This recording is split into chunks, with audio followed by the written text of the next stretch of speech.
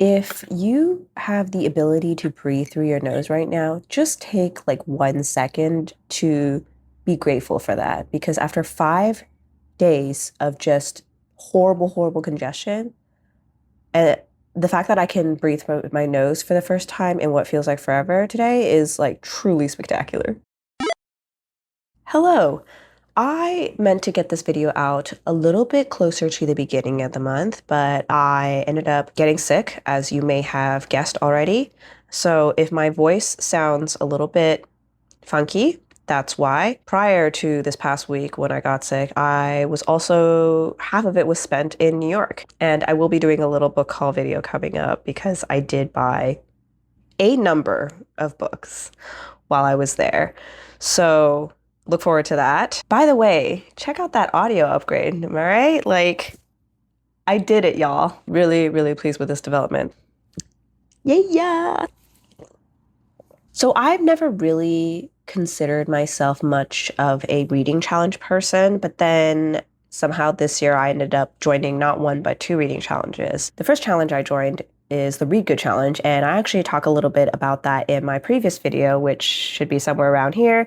Go check that out if you haven't seen it already. But the second challenge that I decided to join earlier this month is the Toronto Public Library's annual reading challenge. And every year they have essentially a bingo board with a bunch of different squares on it, each one representing a category of a book, and there's a lot of flexibility with this challenge, which is what I like about it and why I felt like I could take it on. You can fill out every single square on the board if you would like, but you can also just choose to fill out 3 lines or 1 line, and 1 line is exactly what I have decided to do. And I decided to do that bottom line right there. So I'm going to go through each square, talk about what category it is, and then also talk about which book I've decided to read for it. The first one is Workplace, and the book that I chose is Careless People, a cautionary tale of power, greed, and lost idealism, written by Wynn-Williams. This has, of course, really made a splash in the sort of like memoir and like tech space as well.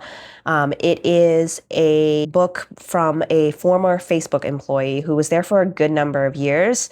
And worked like within the ranks of the C-suite, so like dealing directly with Mark Zuckerberg and Sheryl Sandberg. It's basically her spilling the tea on what she witnessed there.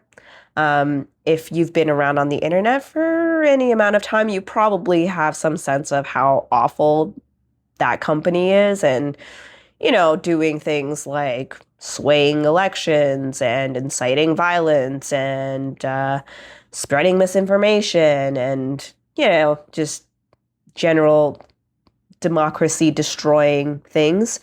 And this is her kind of telling us about like the kinds of stuff that was going on behind closed doors. I actually have started this on audio, which of course I borrowed using Libby from the Toronto Public Library, and so far it's good. It's like it's written in an engaging way. I haven't really gotten into like the meat of it yet, but definitely a very workplace centered book. I'm both looking forward to learning more and also kind of dreading what I'm about to learn, because I know it's not going to be good.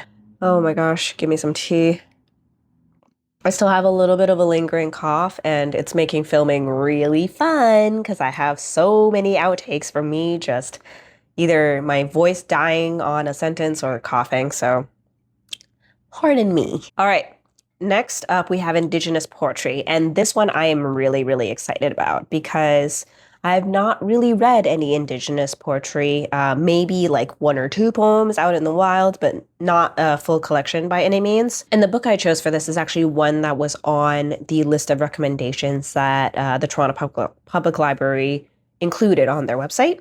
I'll include a link to the challenge in the description, by the way. And the poetry collection that I chose is called Infinite Citizen of the Shaking Tent by Liz Howard. The blurb reads, a stunning debut book of poems from a bold new voice unafraid to engage with the exigencies of our contemporary world. And if you're like me and you didn't know what exigency meant, I had to look it up. No shame in that. It is an urgent need or demand. Now, back to the blurb. In Liz Howard's wild, scintillating debut, the mechanisms we use to make sense of our worlds, even our direct, intimate experiences of it, come under constant scrutiny and a pressure that feels like love. What Howard can accomplish with language strikes us as electric, a kind of alchemy of perception and catastrophe, fidelity and apocalypse. The waters of Northern Ontario Shield Country are the toxic origin and an image of potential. A subject, a woman, a consumer, a polluter, an erotic force, a confused brilliance, a very necessary form of urgency. All are loosely tethered together and made somehow to resonate with our own devotions and fears. Made, quote, to be small and dreaming parallel to ceremony and decay, unquote. Liz Howard is what contemporary poetry needs right now. So this sounds very reflective, and like a lot of Indigenous works, it sounds like it will be very tied to the environment that the author, or in this case, the poet, is surrounded by. I'm just really looking forward to engaging with Indigenous literature in this new way that I haven't before. The third category is mythical creature, and for this, I chose the Buffalo Hunter by Stephen Graham Jones. This is a book that I have seen multiple booktubers that I watch and follow really rave about, and I am really excited about this one. It's basically set in the American West. In 1912, it's following a Lutheran priest who is transcribing the life of a vampire, and it takes place or deals with the Blackfeet Reservation and the Blackfeet people. So now we're talking about American Indigenous groups, whereas in the previous book we were talking about Canadian Indigenous groups, which was kind of a coincidence, but I love it. It's described as a revenge story, and also I think I heard it described as a bit of like a story within a story. I'm really, really curious to dive into this, especially because it features vampires, which of course is why this is in the mythical creature category.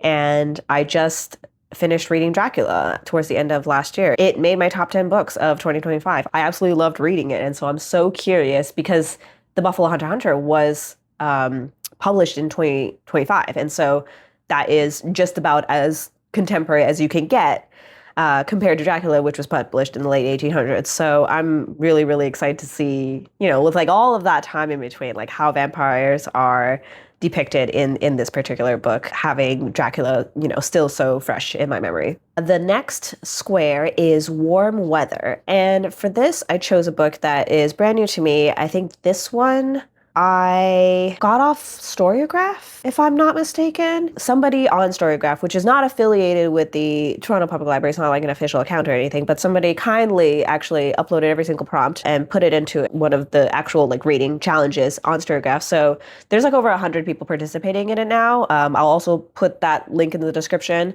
if you want to go join the challenge as well. As part of the way storygraph works, when you join a reading challenge, you can sort of see a bank of different books that people have added to each prompt. And I think this is where I found this one. So what book is it? The book itself is called Real Life, and it's written by Brandon Taylor. This book is about a young man named Wallace studying at a Midwestern university working towards a biochem degree. And he's an introverted person who's from Alabama and Black and queer.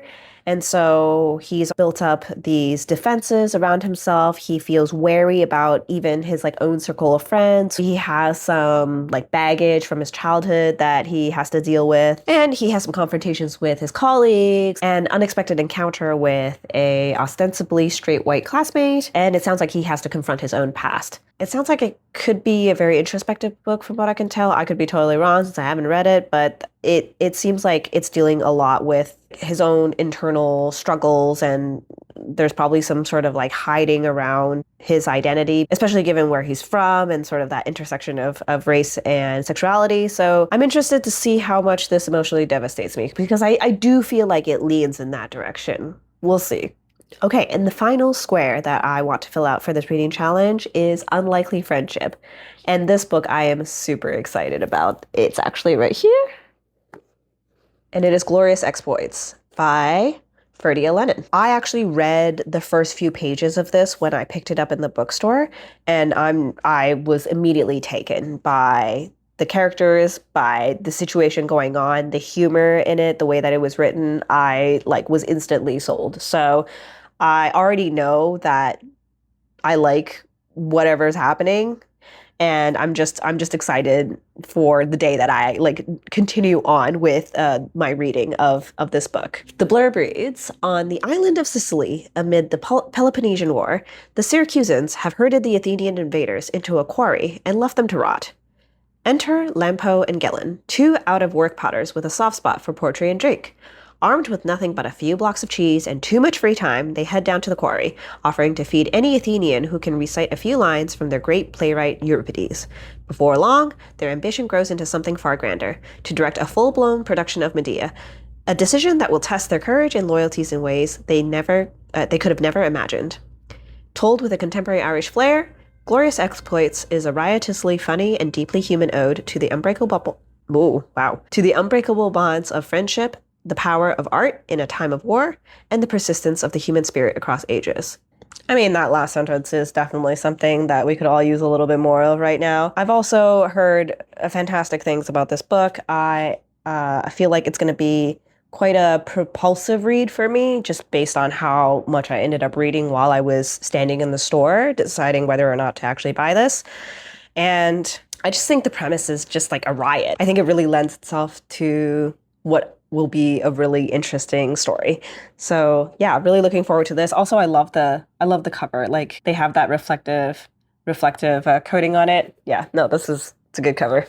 All right. And that is all 5 books that I want to read for the Toronto Public Library Reading Challenge of 2026. My voice is starting to give out. I don't know if you can tell, so I'm going to stop filming because I've been filming for nearly half an hour. Goodness gracious.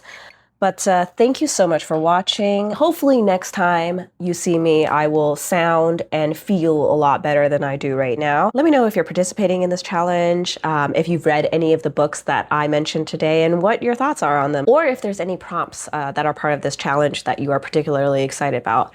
Again, I'm going to drop all of the links both to the official Toronto Public Library challenge page as well as the storygraph challenge page for any of you who want to join in or follow along. You can also follow me on storygraph to see how I'm doing. So far, I've read 0 of the 5 because I just started Careless People the other day. But hopefully that changes over the course of this next year. Have a wonderful day or night whenever you're watching this. And as always, I will catch you later. Bye!